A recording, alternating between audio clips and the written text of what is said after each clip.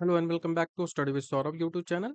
आज के इस वीडियो में हम बिहार विधानसभा सचिवालय के लिए जो एएसओ और एसीटी की पोस्ट आई थी, असिस्टेंट सेक्शन ऑफिसर और एसीटी की पोस्ट आई थी, उसके लिए हम टेस्ट सीरीज को लेकर आए हैं। ठीक है, आप सबको पता होगा कि मेरा जो है वो पेड ग्रुप इसके लिए चलता है। एक जो पेड ग्रुप है वो प्री और मेंस के लिए चलता है, और एक जो है वो ओनली मेंस के लिए चलता है। ये सब के बारे में आपको पता ही होगा। तो आज हम जो है वो एक टेस्ट सीरीज स्टार्ट कर रहे हैं, जिसमें हम आपको 10 जो टेस्ट है वो देंगे, और डेमो के तौर पर मैं जो पहला टेस्ट है उसको आपको दिखा रहा हूँ, जिससे आपको कुछ अनुमान लग सके कि ये जो टेस्ट है वो कैसा है। ठीक है, तो ये जो टेस्ट नंबर 1 है, जो मैंने ऑलरेडी अपने टेलीग्राम चैनल है उस पर प्रोवाइड कर दिया है, जहां से आप इसको जाकर देख सकते हो। जो हमारा टेलीग्राम चैनल है उसका नाम आपको मिल जाएगा, डिस्क्रिप्शन में उसका लिंक भी मिल जाएगा। स्टडी विद सौरभ ऑफिशियल उसका पूरा नाम है, स्टडी विद सौरभ ऑफिशियल। ये सर्च करोगे तो आपको टेलीग्राम पे मिल जाएगा नाम उसका, या फिर आप मेरा जो लिंक है डिस्क्रिप्शन में दिया गया उस लिंक से भी आप इसको ज्वाइन कर सकते हो। ठीक है, तो चलिए बिना देर किए हम इसके बारे में थोड़ा सा जान लेते हैं कि इस टेस्ट में आपको क्या क्या मिलने वाला है। ठीक है, तो ये जो टेस्ट होगा सबसे ज़्यादा जो इम्पोर्टेंट है, वो टेस्ट हिंदी और इंग्लिश मीडियम दोनों में होगा, तो आपको लैंग्वेज में कोई भी समस्या नहीं होगी। ठीक है, हिंदी इंग्लिश दोनों में ये टेस्ट होगा। ये टेस्ट पीडीएफ के थ्रू होगा। ठीक है, इसमें आपको टोटल 10 टेस्ट मिलेंगे। टोटल आपको 10 टेस्ट मिलेंगे, जिसका एक्सप्लेनेशन जो होगा वो फुल होगा। जबरदस्त एक्सप्लेनेशन आपको मिलेगा। ठीक है, एक एक क्वेश्चन के जितने भी क्वेश्चंस उससे बन सकते हैं उन सारे क्वेश्चंस को मैं एक्सप्लेन करूंगा। ठीक है, तो एक्सप्लेनेशन में आपको कोई भी मतलब कमी नहीं रहेगी, एक्सप्लेनेशन काफी भर के रहेंगे एकदम। उतना आप कर लेते हो 10 टेस्ट के बाद तो लगभग आपका पूरा रिवीजन हो जाएगा। मतलब जो टॉपिक आया क्वेश्चन में, यदि कोई टॉपिक आया तो उस टॉपिक को मैं पूरी तरीके से एक्सप्लेन करूंगा, और इसके इर्द गिर्द इससे संबंधित इससे जुड़े हुए जितने भी टॉपिक हैं उनको भी मैं साथ में एक्सप्लेन कर दूंगा। ठीक है, तो आपको इस संदर्भ में कोई भी समस्या नहीं होगी।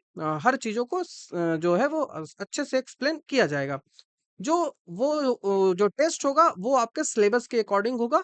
ठीक है, और रिसेंट जो ट्रेंड है, क्योंकि अभी जो सबसे लेटेस्ट एग्जाम हुआ था वो 10 अक्टूबर 2023 को हुआ था। ये जो एग्जाम था वो हुआ था, एएसओ का ही पोस्ट था, लेकिन वो विधान परिषद में था। ठीक है, वो विधान परिषद में था, ना कि विधान सभा में था। ठीक है, तो विधान परिषद में ये हुआ है।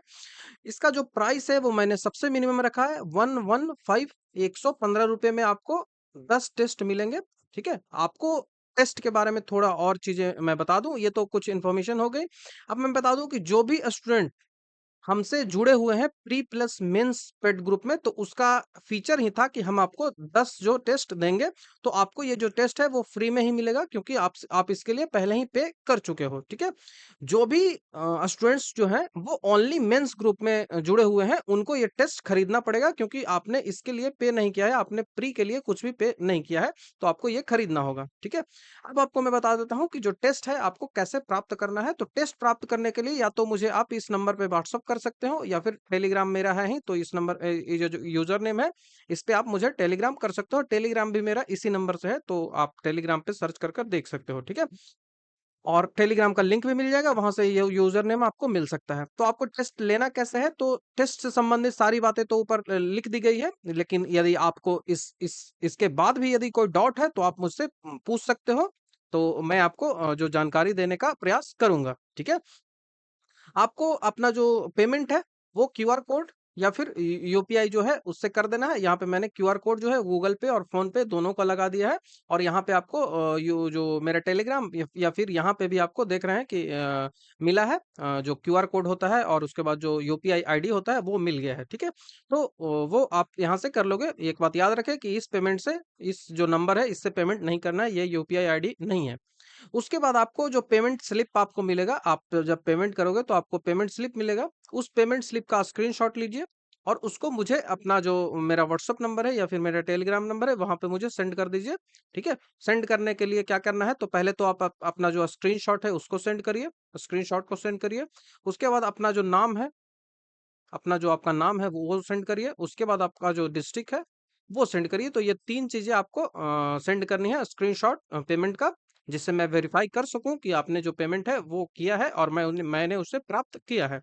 उसके बाद आपका नाम चाहिए, और उसके बाद आपका जो डिस्ट्रिक्ट कौन सा है वो आप बता दीजिएगा, तो ये मेरे लिए अच्छी होगी। ठीक है, तो इतनी ही बातें आपको करनी है। उसके बाद आपको जो ग्रुप है वहां पे टेस्ट में जोड़ दिया जाएगा, जहां पे आपको 10 टेस्ट प्रोवाइड किए जाएंगे फुल एक्सप्लेनेशन के साथ। तो मैं आपको अब सैंपल दिखाता हूँ। ठीक है, मैं आपको सैंपल दिखाता हूँ कि किस तरह के जो टेस्ट है वो आपको मिलेंगे। ठीक है, तो ये देखिए, ये पूरा टेस्ट है। ठीक है, मेरे द्वारा ये तैयार किया गया है। ये टेस्ट सीरीज है जिसका ये पार्ट 1 है, जिसमें आपको 2 घंटे समय दिया जाएगा। ठीक है, इस टेस्ट के लिए 2 घंटे समय दिया जाएगा। आपको टोटल 100 प्रश्न है वो दिए जाएंगे, और 400 अंक के ये प्रश्न होंगे, जिनमें जो कौन कौन सा सेक्शन है वो आपको पता ही होगा। 30 जो रीजनिंग के क्वेश्चन होंगे, 15 जो है वो मैथ्स के क्वेश्चन होंगे, और उसके बाद जो 40 होंगे वो जीके जीएस के क्वेश्चन होंगे, और 40 जो होंगे वो जीके जीएस का, और 15 जो है वो करंट का होगा। ठीक है, तो इस तरह से आपको टोटल 100 प्रश्न होंगे। तो 15 क्वेश्चन करेंट का बोल रहा हूँ, 15 जो है वो साइंस का होगा क्वेश्चन। ठीक है, 15 जो है वो जीएस का होगा, 40 जो है वो जीके का होगा, और 15 जो है वो मैथ्स का होगा, 15 जो है वो मैथ्स का होगा, और 30 जो होगा वो रीजनिंग का होगा। तो इस तरह से कैलकुलेशन है, जिसमें 40 में मैंने जो करंट अफेयर है वो मैं 10 रखूंगा। ठीक है, करंट अफेयर को मैं 10 रखूंगा, लेकिन ये जो पहला टेस्ट है इसमें मैंने केवल करंट अफेयर को 5 रखा है, लेकिन जो अगला टेस्ट होगा उनसे मैं करंट अफेयर को 10 रखूंगा। तो ये बातें आपको याद रखनी है। करंट अफेयर का जो पोर्शन है वो मैं 10 रखूंगा, इसको आपको याद रख लेना है। यहाँ पे कुछ इंस्ट्रक्शन दिए गए हैं, जो आपको नेगेटिव मार्किंग होगा। ठीक है, नेगेटिव मार्किंग 1/4 का होगा, ये आपको याद रखना है, और आपको एक क्वेश्चन जो है वो 400 अंक का होगा। ये सारी चीजें यहाँ पे लिखी गई है। तो ये हिंदी और इंग्लिश जो दोनों में ये टेस्ट आपको प्रोवाइड किया जाएगा। ठीक है, जिसमें सबसे पहले जो है वो रीजनिंग से ही स्टार्ट हो रहा है, तो इनको हम सॉल्व तो करने नहीं जा रहे हैं। बस आप इसका यदि आपको सैंपल चाहिए ना, मैं बस डेमो के रूप में दिखा रहा हूँ, आपको इसका सैंपल चाहिए। ठीक है, आपको इसका सैंपल चाहिए तो आप मेरे टेलीग्राम चैनल से जुड़िए, वहां पे सारी चीजें आपको मिल जाएगी। ठीक है, तो ये तो इंग्लिश वाली बात हो गई, ये इंग्लिश में है, और इसी तरह से मैंने इसको हिंदी में भी लिखा है। ठीक है, इसको मैंने हिंदी में भी तैयार किया है, तो आपको लैंग्वेज में कोई समस्या नहीं होगी। आपको मैं क्वेश्चंस को दिखा दूं कि किस तरह के जो प्रश्न है वो दिए जाएंगे, तो हर टाइप के नॉन वर्बल वर्बल जो चीजें हैं वो सारी आपको मिलेगी। मतलब जो भी पीवाईक्यू में है, जो भी आपको मिलेगा। ठीक है, जो भी प्रीवियस ईयर के हिसाब से आपको पढ़ना चाहिए वो सारी चीजें मैंने यहाँ पे आपको प्रोवाइड कर दिया है। ठीक है, तो आपको कोई भी समस्या इन सब से संबंधित नहीं होगी कि जो क्वेश्चन का लेवल कैसा है। क्वेश्चन का लेवल मैंने जो भी एग्जाम हुआ है उसके हिसाब से ही रखा है क्वेश्चन का लेवल। ठीक है, क्वेश्चन का लेवल जो है वो टफ ही रहेगा, क्योंकि प्रीवियस जो एग्जाम हुए हैं उनमें जो लेवल है वो टफ ही होता है। ठीक है, तो इस कारण से मैंने इसे टफ रखा है। ये देखिए मैथ्स के क्वेश्चन है, जो मैथ के क्वेश्चन तो इजी आते हैं, इस कारण से मैंने इजी रखा है। जीके को थोड़ा मॉडरेट टू टफ मैंने रखा है। ठीक है, इजी नहीं होगा, मॉडरेट टू टफ जीके का क्वेश्चन मैंने रखा है। इजी आपको नहीं मिलेगा। ठीक है, इजी नहीं मिलेगा क्योंकि इजी पूछा ही नहीं गया है। इसके लिए आप मेरा जो प्रीवियस ईयर का मैंने विधानसभा का बताया है, विधान परिषद का, उसको आप देख लोगे। मैथ्स तो इजी ही मिलेंगे, आपने प्रैक्टिस की होगी तो आप आसानी से कर लोगे। मैथ्स में जो भी सिलेबस में दिया गया है, जो भी सिलेबस में दिया गया है उस सिलेबस के अकॉर्डिंग सारी चीजें मैंने यहाँ पे मैथ में सम्मिलित कर दी है। ठीक है, जीके के हम क्वेश्चंस को देख लेते हैं। 15 क्वेश्चन यहाँ पे आपको मैथ्स के मिल जाएंगे, और उनका सॉल्यूशन देखिए, उनका सॉल्यूशन भी आपको मिलेगा। तो प्री और मेंस दोनों के लिए सॉल्यूशन जो है वो काम करेगा। ठीक है, तो ये सॉल्यूशन हो गया, और सारी चीजें मैंने देखी है। अब जो मेन जीके का क्वेश्चन यहाँ से स्टार्ट होता है कि देखिए, पहला जो जीके का क्वेश्चन है कि ईमेल के लिए जो @ होता है वो किसने चुना था, तो रे टॉमलिंसन। ये जो पीवाईक्यू है, ठीक है, मैंने पीवाईक्यू को काफी सम्मिलित इसमें किया है। ये पीवाईक्यू है बीएसएससी में। बीएसएससी का अभी जो रिसेंट एग्जाम हुआ है, बिहार एसएससी सीजीएल एएसओ वाला जो पोस्ट हुआ था, उसका जो एग्जाम हुआ था 2023 में, उसमें ये क्वेश्चन पूछा गया था, तो वहां से मैंने इसको लिखा है। तो आपको पीवाईक्यू भी मिल जाएंगे, और उसका एक्सप्लेनेशन देखिए कितना अच्छा से किया गया है कि रे टॉमलिंसन ने अपने नई ईमेल सिस्टम में पहली बार @ का उपयोग किया था। उनके द्वारा चुना गया प्रतीक जो @ है, आज भी पूरे विश्व में ईमेल पता के लिए प्रयोग किया जाता है। अब जो भी ऑप्शन दिए गए हैं, ठीक है, शिव अयाद्रू दिया गया है, बिल गेट्स दिया गया है, स्टीव जॉब्स दिया गया है, तो इन सारे को मैंने देखिए एक्सप्लेन किया है। ठीक है, शिव को किया है, उसके बाद बिल गेट्स को किया है, उसके बाद स्टीव जॉब्स को किया है कि स्टीव जो बिल गेट्स है वो 1975 में पॉल एलन के साथ मिलकर विश्व की सबसे बड़ी सॉफ्टवेयर जो कंपनी है माइक्रोसॉफ्ट, उसके संस्थापक बने थे स्टीव जॉब्स, ठीक है। अब उसके बाद स्टीव जॉब्स को देखिए, स्टीव जॉब्स एक अमेरिकी व्यवसाय है और आविष्कारक है, इन्होंने एप्पल के संस्थापक और सीईओ रहे हैं, ठीक है। तो इस तरह से सारी चीजों को मैंने एक्सप्लेन किया है। नेक्स्ट क्वेश्चन है कि अमजद अली खान निम्नलिखित में से किस वाद्य यंत्र के वादक थे? तो सरोद, सारंग, सितार, तबला सब चीजें दी गई है। तो अमजद अली खान के बारे में मैंने पहले एक्सप्लेन किया है इसके बारे में कि अमजद अली खान जो है, जो उनका जन्म 45 में हुआ, वो वह एक भारतीय सरोद वादक है, ठीक है। तो वो सरोद वादक है। वहाँ मतलब जो भी चीजें आपको क्वेश्चन से संबंधित हो कोई उन सबको मैंने एक्सप्लेन किया है कि 2001 में भारत का जो दूसरा सर्वोच्च नागरिक सम्मान होता है पद्म विभूषण, उनसे इन्हें सम्मानित किया गया। इनके पिता जो थे वो हाफिज अली खान थे। इनके पिता जो थे वो हाफिज अली खान थे। संगीत की जो शिक्षा प्राप्त करने के बाद 1947 में देश की आजादी के बाद ये ग्वालियर में एक दरबारी संगीतकार थे। और सरोद नाम जो है, जो सरोद नाम है वो फारसी सरोद से आया है, जिसका अस माधुर होता है, जो कि इसके अधिक मधुर स्वर के साथ जुड़ा हुआ है। अब देखिए जितने भी जुड़े हुए हैं, क्योंकि यहाँ से सवाल जो है वो पूछे जाते हैं, तबला से कौन-कौन जुड़े हुए हैं उनको मैंने लिख दिया है कि जाकिर हुसैन, पंडित अनीद चटर्जी, पंडित अनुलेखा मिश्रा। उसी तरह से वायलिन कौन बजाते हैं, वीणा कौन बजाते हैं, तो हर चीजों को मैंने लिखा है, ठीक है। और जो क्वेश्चन का समाहन है वो मैंने मॉडर्न से भी रखा है, ठीक है, मेडिएवल से भी रखा है और एनिसेंट से भी रखा है। हिस्ट्री में सारी चीजें हैं। पॉलिटी से मैंने लगभग 5 क्वेश्चन रखे हैं, इकोनॉमिक्स से मैंने लगभग 5 क्वेश्चन रखे हैं, ज्योग्राफी से मैंने 9 से 10 क्वेश्चन रखे हैं, हिस्ट्री से मैंने 9 क्वेश्चन रखे हैं, करंट से मैंने 10 क्वेश्चन रखे हैं, साइंस से तो 15 का 15 क्वेश्चन होता ही है। तो साइंस को मैंने 3 पार्टों में डिवाइड किया, तो बायोलॉजी से मैंने 7 क्वेश्चन रखा है, इससे 4 रखा है फिजिक्स से और 4 रखा है केमिस्ट्री से, क्योंकि बायोलॉजी से अधिक क्वेश्चन आते हैं, ठीक है। तो क्वेश्चन आपको जो भी सिलेबस में दिया गया है उन सबको लिखा जाएगा, नहीं कि फालतू का बस बना दिया गया है टेस्ट, ऐसा नहीं है। टेस्ट को आप दीजिएगा, इसको एनालाइज करिएगा तो आपको काफी फायदा होगा। जैसे हड़प्पा सभ्यता का संबंध किससे है, हड़प्पा सभ्यता का संबंध किस युग से है, तो देखिए इसका एक्सप्लेनेशन कितना दूर जाता है। 2 पेज में मैंने इसे एक्सप्लेन किया है कि सिंधु घाटी सभ्यता, जिसे हड़प्पा सभ्यता के नाम से भी जाना जाता है, एक कांस्य युग का समाज था, जो कि आधुनिक पूर्वोत्तर अफगानिस्तान से लेकर पाकिस्तान और उत्तर पश्चिमी भारत तक फैला हुआ है। यह जो सभ्यता था वो 3 चरणों में विकसित हुआ, तो प्रारंभिक, परिपक्व और उत्तर। तो यहाँ से सवाल आता है, ये जो सवाल है वो पीवाईक्यू में पूछा गया है। तो जो भी पूछे गए हैं, जो भी पूछे जाने की संभावना है, सबको हम यहाँ देखेंगे। प्राचीन सिंधु नदी घाटी के निवासियों ने हस्तशिल्प में नई तकनीक विकसित की, जिसमें कॉर्नेलियन उत्पादन, मुहर, नकाशी, तांबा, कांस्य, शीशा और टीन के साथ धातु विज्ञान शामिल है। इनके संदर्भ में, इनके बारे में जो भी चीजें पूछी जाती है, अब देखिए ऑप्शन में नवपाषाण युग है, तो नवपाषाण युग के बारे में जो भी है मैंने यहाँ पे इंपॉर्टेंट बता दिया है। उसी तरह से देखिए पूरा पाषाण है, उसके बारे में मैंने बता दिया है।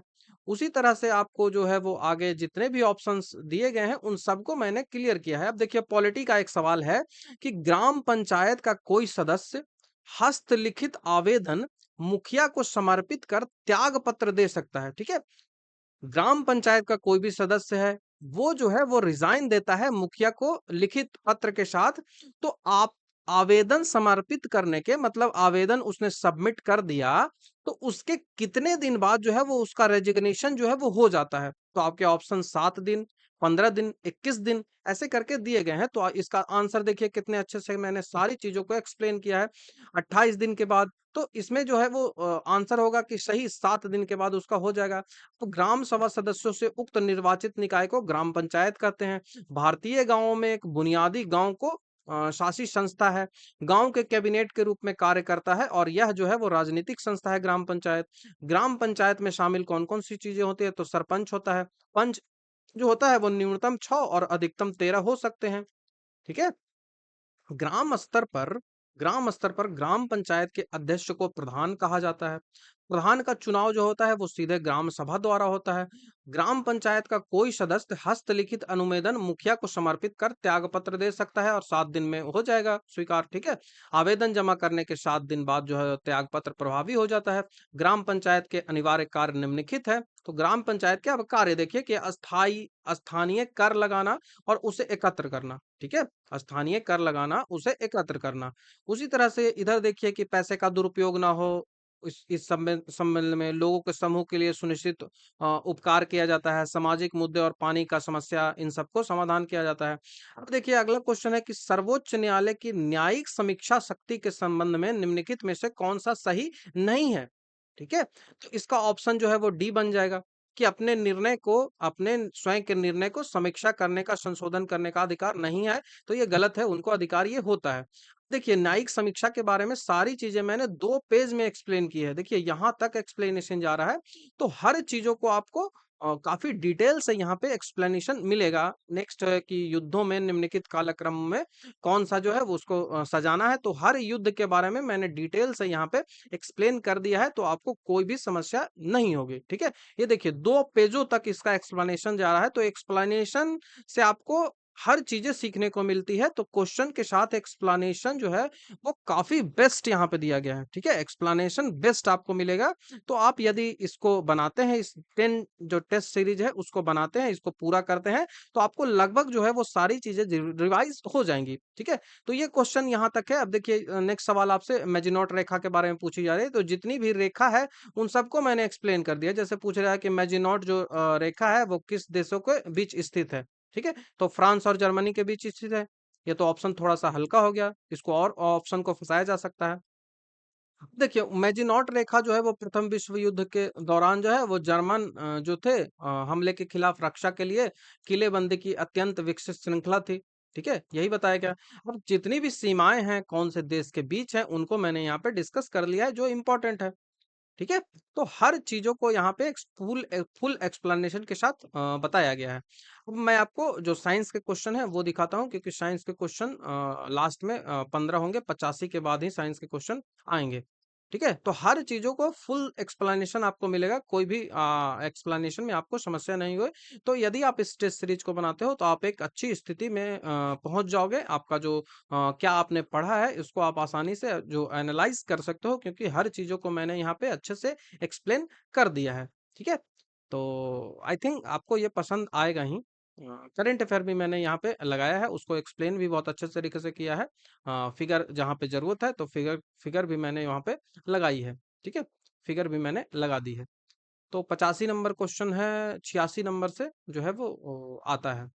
तो एक सितार में, फिजिक्स का ये क्वेश्चन है, कोई सितार है, उसमें किस प्रकार की ध्वनि जो है वो तरंगे उत्पन्न होती है। तो इस तरह से आपका ऑप्शन है, और उसके बाद जो है मैंने फुल एक्सप्लेनेशन यहाँ पे कर दिया है, ठीक है। नेक्स्ट क्वेश्चन जो आपसे पूछा जा रहा है कि जो दो बल्ब है, ठीक है, दो बल्ब आपसे पूछा जा रहा है कि दो बल्ब है वो किस प्रकार उनको जोड़ा जाए कि रोशनी मिलेगी। दो बल्बों को किस प्रकार जोड़ा जाए कि अधिक रोशनी मिलेगी। तो यहाँ पे आपके ऑप्शन दिए गए हैं और उनका यहाँ पे मैंने फुल जो एक्सप्लेनेशन है वो कर दिया है, ठीक है। उसी तरह से इधर देखिए फिजिक्स का ही क्वेश्चन है कि निम्नलिखित में से कौन सा कथन सही नहीं है, ठीक है। सही नहीं कथन आपसे पूछा है, तो इस तरह से मैंने इसको एक्सप्लेन किया है। तो सारी चीजें, फिजिक्स हो, केमिस्ट्री हो, बायो हो, हर चीजों को मैंने यहाँ पे अच्छे तरीके से समाहित किया। जैसे आपसे सवाल पूछा जाए कि निम्नलिखित खाद्य पदार्थों में से कौन सा है जो है वो सभी आवश्यक अमीनो अम्ल का सर्वोत्तम स्रोत है। तो इसका आंसर केला हो जाएगा, ठीक है। ये प्रीवियस ईयर में पूछा गया है। तो केला बोल रहा हूँ, अंडा हो जाएगा। इसको अंडा करिए, केला नहीं होगा, अंडा, एग। इसका आंसर जो है वो एग होगा। अब उसको पूरा मैंने एक्सप्लेन अच्छे तरीके से कर दिया है। उसी तरह से केमिस्ट्री का ये सवाल देख लीजिए, मतलब फुल एक्सप्लेनेशन के साथ आपको सारी चीजें मिलेगी। जहाँ पे फिगर की जरूरत होगी वहां पे फिगर्स भी मिलेंगे। जैसे हाइड्रा का संरचना मैंने यहाँ पे आपको दिखाया है, क्योंकि यहाँ पे फिगर की जरूरत है, तभी आप चीजों को समझ पाओगे। तो हर चीजों का एक्सप्लेनेशन सही से मिलेगा। जहां से संभावनाएं क्वेश्चन की बनती है उन सबको मैंने बताया है। अब देखिए बाइनरी फिजन जो होता है वो कैसे होता है, जो बाइनरी विखंडन होता है वो कैसे होता है, इसको फिगर से भी एक्सप्लेन किया गया है। यहाँ से सबसे ज्यादा सवाल आता है कि अलैंगिक प्रजनन जो होता है उसकी कौन कौन सी विधियां होती है। तो सबसे पहले द्विविभाजन होता है, उसके बाद मुकुलन होता है, उसके बाद खंडन होता है, उसके बाद कायिक जनन होता है, उसके बाद लैंगिक जनन होता है। कौन में कौन-कौन सा होता है, ये सवाल हमेशा पूछा जाता है, इस कारण से मैंने यहाँ पे लिख भी दिया है। जैसे मुकुलन बिहार जो दरोगा का सवाल था, बिहार एसआई का हुआ ना, उसमें ये सवाल पूछा गया था, ठीक है? कि मुकुलन जो है वो कब हुआ था, ये मेंस में पूछा गया था आई थिंक 19 वाले में। 20 का मेंस था ना, उसमें पूछा गया था जहां तक मुझे याद आ रहा है क्वेश्चन। तो ये 20 का मेंस में पूछा गया था, ठीक है। उसके बाद खंडन देखिए, खंडन जो है वो स्पाइरोगाइरा में होता है। कायिक जनन जो होता है स्ट्रॉबेरी का पौधा में होता है। लैंगिक जनन जो होता है वो मानव में होता है। तो हर चीजें यहाँ पे दी गई है। ये मेरे कुछ स्टूडेंट्स हैं जिनका सिलेक्शन जो है वो पटना हाईकोर्ट असिस्टेंट जो है वो फाइनली इनका सिलेक्शन हुआ है। मेरा जो पेड ग्रुप था ना, इसके लिए मैंने चलाया था, जिसमें लगभग मेरे पास 100 के पास स्टूडेंट्स है, क्योंकि मैं इस फील्ड में नया हूँ। मेरे पास उतने स्टूडेंट है नहीं। तो मैं लेकिन मेहनत काफ़ी करता हूँ मैं, ठीक है? तो रिज़ल्ट भी आता है।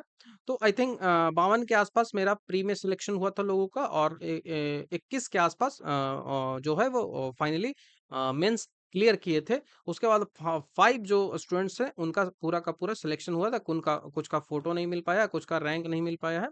तो इनका देखिए 37 रैंक आया है। तो आप यदि मेहनत करते हो, जैसा कि मैंने यहाँ पे लिखा है कि हमारा मार्गदर्शन, आपकी मेहनत, उसके बाद आपकी सफलता जो है वो सुनिश्चित होगी। तो आपकी सफलता ज़रूर सुनिश्चित होगी। उस टेस्ट के बारे में यहाँ पे जानकारी पूरी दी गई है। तो यदि आप इंटरेस्टेड हो, यदि आप इस जो एग्ज़ाम है उसकी तैयारी कर रहे हो, तो आप इस टेस्ट को परचेज़ कर सकते हो। परचेज़ करने का तरीका मैंने आपको बता दिया है। कोई डाउट हो तो आप मुझे इस नंबर पे व्हाट्सएप कर सकते हो। इस नंबर पे टेलीग्राम पे मैसेज कर सकते हो। इस नंबर पे व्हाट्सएप करिएगा, यहाँ पे कॉल आप करिएगा तो लगेगा नहीं, ठीक है? कॉल लगेगा नहीं, क्योंकि यहाँ पे सारी कॉलें ब्लॉक कर दी गई है। तो कॉल नहीं लगेगा, ठीक है? तो यही बातें अब मुझे आपको बतानी थी। तो हमने इस वीडियो में जो बिहार विधान सभा सचिवालय है, उसके जो पेड टेस्ट है, उसका मैंने टेस्ट 1 को डेमो के रूप में आपको दिखा दिया, क्योंकि सॉल्यूशन देना पूरा पॉसिबल नहीं है। इसके लिए 2 से ढाई घंटे का समय मुझे चाहिए, तभी मिल पाएगा। जो कि मेरे पास उतना समय होता नहीं है, जिस कारण से मैंने पूरा सॉल्यूशन नहीं दिया है। मैंने आपको आपको बस दिखा दिया है। इस टेस्ट को डेमो के रूप में आपको देखना है, पढ़ना है पीडीएफ, तो आप मेरे टेलीग्राम चैनल को जॉइन कर लीजिए। वहाँ पे आपको ये टेस्ट मिल जाएगा। मैंने ऑलरेडी कल ही सेंड कर दिया था, ठीक है? तो आई थिंक आपको जो टेस्ट है वो पसंद आया होगा। तो यदि आप इंटरेस्टेड हो तो इसको बाय कर सकते हैं, और उसके बाद अपनी जो प्रैक्टिस है वो कर सकते हैं। तो चलिए, वीडियो देखने के लिए थैंक यू। नेक्स्ट वीडियो में आपसे जल्द ही मिलता हूँ।